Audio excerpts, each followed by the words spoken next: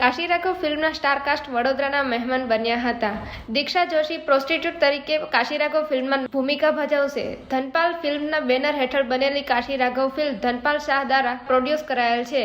ધ્રુવ ગોસ્વામી દ્વારા આ ફિલ્મ લિખિત અને દિગ્દર્શિત કરાયેલ છે. ફિલ્મની ટેગલાઇન છે કરમ જ ઉગાડે ને કરમ જ ડૂબારે. કરમ જેનો કાટલો ઝાલે એની વારે કોઈ ન આવે. આ ટેગલાઇન આપણને ઘણું બધું સમજાવી જાય છે અને ખ્યાલ આવે છે કે આ ફિલ્મ કર્મ ઉપર આધારિત છે. ઘણા સંબંધોની લાગણીઓની મૂંઝવણ આ ફિલ્મમાં સાબિત થાય છે. આ ફિલ્મના ટ્રેલર ઉપરથી જોઈ શકાય છે કે ફિલ્મ સિનેમેટિક છે, જેમાં દીક્ષા ફિલ્મના અલગ જ પ્રોસ્ટિટ્યૂટના અંદાજમાં જોવા મળશે, જે આ ગુજરાતી ફિલ્મમાં આશરે પહેલીવાર જોવા મળશે.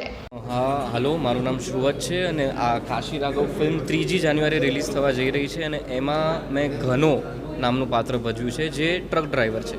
જે જયેશ મોરેનું કેરેક્ટર છે રાઘવ, એની સાથે જે ટ્રકમાં બીજો કેરેક્ટર છે ઘનો, અને આખી ફિલ્મમાં ઘનો એક બ્રીઝ તરીકે બહાર આવે છે, કારણ કે એ બહુ યંગ છે, બહુ નાઇવ છે.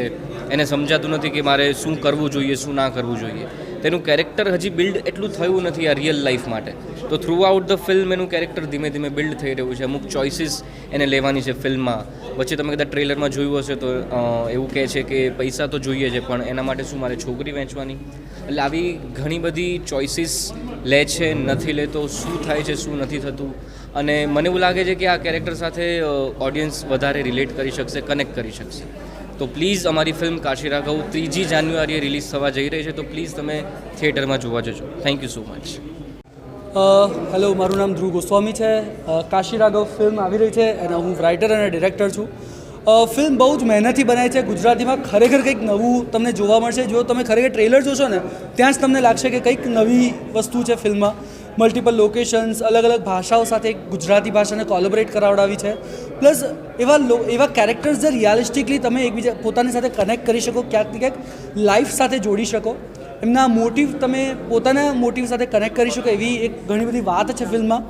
અને 3 જાન્યુઆરીએ રિલીઝ થઈ રહી છે, તો પ્લીઝ તમે નજીકના સિનેમાઘરોમાં જોવા જજો. Thank you so much. Kashi Raghav 3 January release થનારી આમ તો ગુજરાતી ફિલ્મ છે, પણ આને કોઈ ગુજરાતી ફિલ્મ કરતાં હું એમ કહીશ કે આ એક ફિલ્મ છે, એક સિનેમેટિક એક્સપિરિયન્સ છે.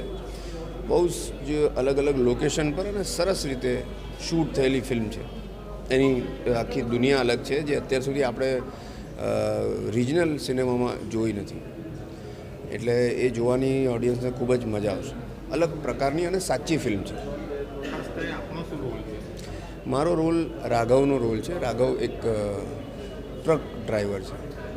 એનો વ્યવસાય ભલે ટ્રક ડ્રાઈવરનો હોય, પણ એ કેરેક્ટર એવું છે કે એની સિચ્યુએશન્સ જોતા દરેક માણસ પોતાના અંદર એ રાઘવને જોશે, કારણ કે એ રિયાલિટી અને એક્સપેક્ટેશન વચ્ચે જીવતું કેરેક્ટર છે. આપણને અમુક વસ્તુની એક્સપેક્ટેશન હોય, એના માટે અમુક આપણે કામ કરીએ અને પછી એ જે કામ કરીએ એ પ્રમાણે આપણી રિયાલિટી બનતી હોય.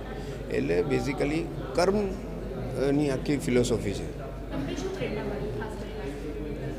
મને ઘણું બધું શીખવા, જાણવા મળ્યું. આ કેરેક્ટરની જ્યારે મેન્ટાલિટી હોય, મને એ જાણવા મળ્યું કે આવા જ્યારે ડાયલેમા, અને એ છે ને ખૂબ જેમ જેમ કરતો ગયો એ કેરેક્ટર, તેમ મને અંદરથી એવું થતું કે સાલું આપણે એ તો જોઈએ જ છે કે આ ટ્રક ડ્રાઈવર છે, પણ એ હ્યુમન તો છે જ.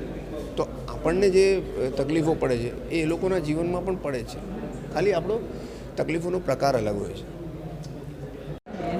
મારું જે રોલ છે એ તો એનું નામ કાશી છે. જે કેરેક્ટર હું કરું છું એનું નામ કાશી છે. Kashi as a profession wise એ સેક્સ વર્કર છે અને એની એક દીકરી બી છે, તો એક મા પણ છે. તો બહુ જ ડિફિકલ્ટ કેરેક્ટર છે ટુ બી ઓનેસ્ટ, અને પુલ ઓફ કરવું પણ બહુ ડિફિકલ્ટ હતું. મને હજી નથી ખબર મેં કેવું કર્યું છે, વેરી ઓનેસ્ટલી સેઇંગ. પણ એટલીસ્ટ એટલે આઈ એમ 50 નહીં, આઈ એમ 70% happy with what is happened in the film. Emotionally ખાસું ડિફિકલ્ટ હતું, કારણ કે હું બહુ ઇમોશનલ વ્યક્તિ છું. મને બહુ ટચ કરી જતી હોય છે. નોર્મલ લાઈફમાં બી કોઈની હું સફરિંગ જોઉં ને, કોઈ માણસ રડતું હોય તો એ બી મને બહુ તરત હિટ કરે છે. તો એવી રીતે આ પ્રોસેસમાં જવું, એમની લાઈફ જેમાં આટલી બધી સફરિંગ છે એ એક્સેસ કરવું, એ energy constantly as an actor તમારે એક્સેસ કરવી પડે. તો એ એવા સીન્સમાં પેલું એક્સેસ કરવું એ બહુ ડિફિકલ્ટ હતું. ઇનફેક્ટ મને ઘણા બધા શું કહેવાય અહીંયા ઘૂંટણમાં ઘાવ ને અહીંયા ઘાવ અહીં ઘાવ, એટલે I was always hurt during the process of the film, કારણ કે એવા સીન્સ હતા, એ ચેલેન્જિંગ એવા સીન્સ હતા જ્યાં ભાગવાનું છે ને ખેતરમાં આ તે, એટલે ઘણું બધું હતું. તો યસ, ઘણી બધી કોમેડી મૂવી પછી આ વખતે પણ એક સિરિયસ મૂવી કરી દીધું. મને લાગે છે એઝ એન એક્ટર તો તમારે બધું જ કરવું જોઈએ. એવું ન થવું જોઈએ કે ખાલી આ ટાઈપની ફિલ્મ કરવી છે કે આ ટાઈપની ફિલ્મ કરવી છે.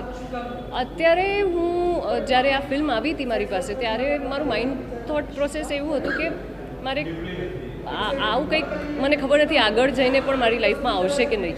અત્યારે આ આવ્યું છે તો લેટ મી ડૂ ધીસ, કૂદી જઈએ, પછી જેવું થાય એવું થાય, પણ એટલીસ્ટ કૂદી જઈએ, કારણ કે એક માં અને સાથે સાથે એક સેક્સ વર્કર, આ ઓલરેડી બહુ કોમ્પ્લેક્સ છે બંને વસ્તુઓ. તો I feel as an actor આનાથી વધારે I can't ask for anything better than this at this age, કે આવું કંઈક મળ્યું મને. તો